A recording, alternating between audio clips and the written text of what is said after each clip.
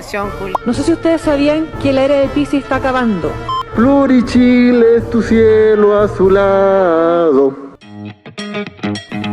Hola, ¿cómo están? Bienvenidos y bienvenidas y gracias por sumarse a este podcast de Traductor Convencional. Desde aquí les queremos invitar a conocer las normas que se están aprobando en la convención junto a un entrevistado semanal que nos va a ir explicando lo que se está aprobando y rechazando. Para eso hoy día estamos con nuestra constituyente Constanza Juve. ¿Cómo estás? Muy bien, Chepi, acá muy contenta de estar en este programa. Te faltó el bienvenides para que fuera más propio de la Convención Constitucional. Es que queremos empezar a incluir a todos hoy en día. Ah, de acuerdo, bien. Entonces, bienvenido, bienvenidas y bienvenides. A eso iba, pero ya está muy bien. Pero hagamos la guardia, dejémoslo en bienvenidos y bienvenidas. Me parece. ¿Sí? Me había dejado un bienvenido nomás, pero a esta altura del partido ya estoy abierta tomando en cuenta lo que ha pasado en la convención. Para contarte, Connie, en este podcast la idea es ir hablando semanalmente de temas que se vayan saliendo en la prensa, que la gente tenga dudas en las redes sociales y que tú de forma muy simpática y amigable nos puedas explicar en fácil qué está pasando. Y nuestro primer tema va a ser los ahorros de los chilenos. Queremos saber qué está pasando, qué se aprobó, qué no se aprobó, qué es mito y qué no es mito. Y por eso te queríamos preguntar a ti, ¿qué se rechazó la semana pasada en la convención respecto a este tema? Sí, bueno, ese yo creo que es uno de los temas más sensibles que existe en nuestro país y de hecho uno de los motivos que yo creo que movilizaron a mucha gente en noviembre del 2019. Estoy pensando en la marcha pacífica el 25 de octubre, de ahí en adelante noviembre, siempre fue el tema de pensiones. Y hay un tema que es esencial para las personas, que es que ellos sean dueños de sus fondos de pensiones, es decir, del ahorro que es para su jubilación, las personas son dueños de esos fondos. Eso es lo que existe hoy día y por esa razón también es que se pudieron hacer todos los retiros que se hicieron el año pasado. ¿Cuál es el problema de lo que ocurrió en la Convención Constitucional? Bueno, lo primero es que la iniciativa popular, es decir, presentada por la ciudadanía, que tuvo más firmas, que ya lleva 75.000 firmas, fue rechazada prácticamente sin discusión. Y lo segundo es que iniciativas constituyentes, es decir, de los convencionales constituyentes, particularmente de la UDI, se presentaron 3 propuestas que eran para aclarar que la convención no quería afectar el derecho de propiedad, es decir, el derecho de dominio sobre los fondos de pensiones. Uno que decía que el Estado no podía expropiar los fondos de pensiones, otro que decía que el Estado, o sea, que los trabajadores son dueños de sus fondos previsionales y otro que decía además que eran heredables. Y todo eso fue rechazado por la Comisión de Derechos Fundamentales. Entonces acá el gran tema que se ha dicho a propósito de lo que salió con el convencional Fontaine, que dijo que el Estado en la práctica va a poder hacerse de los fondos de pensiones, no es incorrecto desde el punto de vista que no ha habido ninguna voluntad de la Convención Constitucional para aclarar de manera absolutamente clara, bueno, más clara, de que en realidad son las personas, los trabajadores son dueños de sus fondos de pensiones. Algo tan simple, algo tan de sentido común, algo tan lógico, fue rechazado consistentemente en el Pleno de la Convención Constitucional y en la Comisión de Derechos Fundamentales. La gente tiene dudas y las redes sociales nos preguntan, ¿esto se rechaza porque lo presentó alguien de la derecha o se rechaza porque claramente no están sus planes que los ahorros de las personas pasen a ser de ellos lo que pasan a ser de parte del Estado? Yo creo que ambas. Yo creo que hay una idea acá, y esto te lo confiesan al menos quienes son un poquito más honestos, como por ejemplo los comunistas, que quieren pasar a un sistema de reparto. Y para ser clara, no hay ningún sistema de reparto en el mundo donde las personas sean dueños de sus fondos de pensiones. Toda la plata de los fondos de pensiones pasa en un fondo común que el Estado administra y que después ve bien cuánto le va a entregar a cada uno. Pero uno no es dueño de esos fondos previsionales.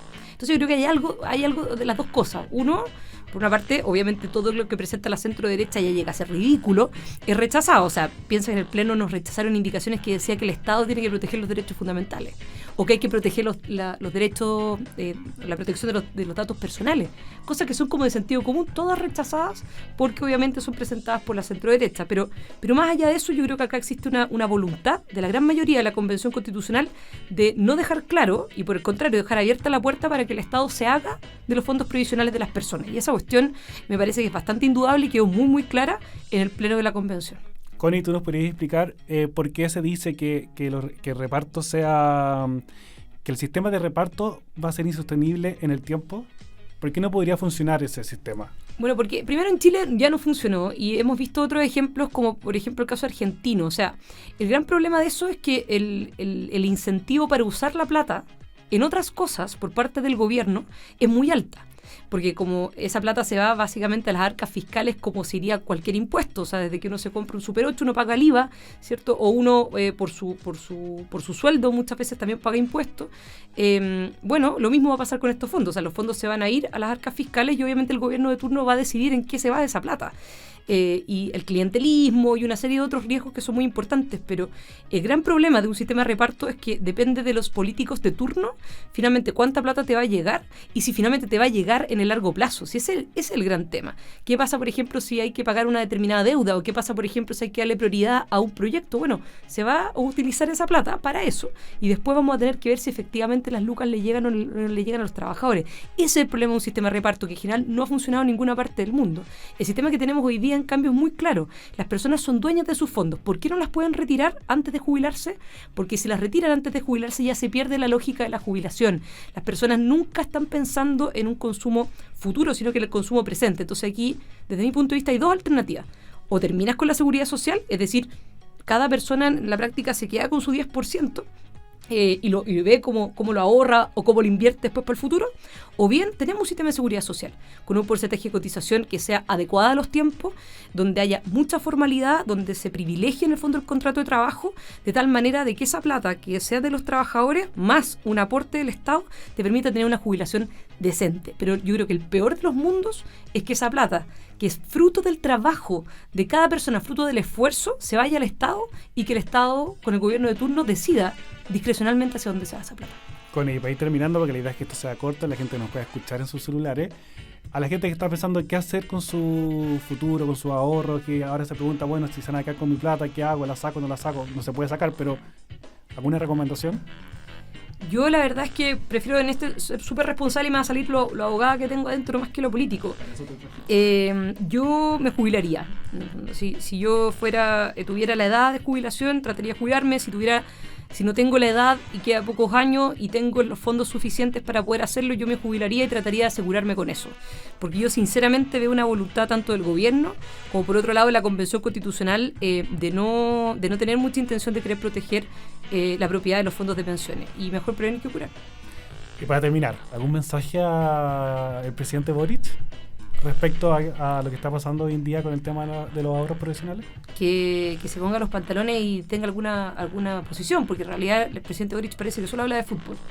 Critica al entrenador de la Católica, a pesar de que ganamos la Chile, ahora no sé. Sale hablando cuando juega Chile y queda eliminado, y ahora resulta que le regala al presidente argentino una polera de Argentinos Juniors. Está perfecto, yo soy muy fan de Milovan Milosic también porque es cruzado, pero francamente es presidente de Chile y no es un comentarista de fútbol. Así que ojalá que hable un poquito más de temas que son importantes para el país y no solamente, si bien el fútbol es muy importante, no debiera ser la primera prioridad del jefe de Estado y un jefe de gobierno. Connie, muchas gracias y nos vemos la próxima semana en un nuevo podcast de Traductor Convencional. Muchas gracias. Muchas gracias.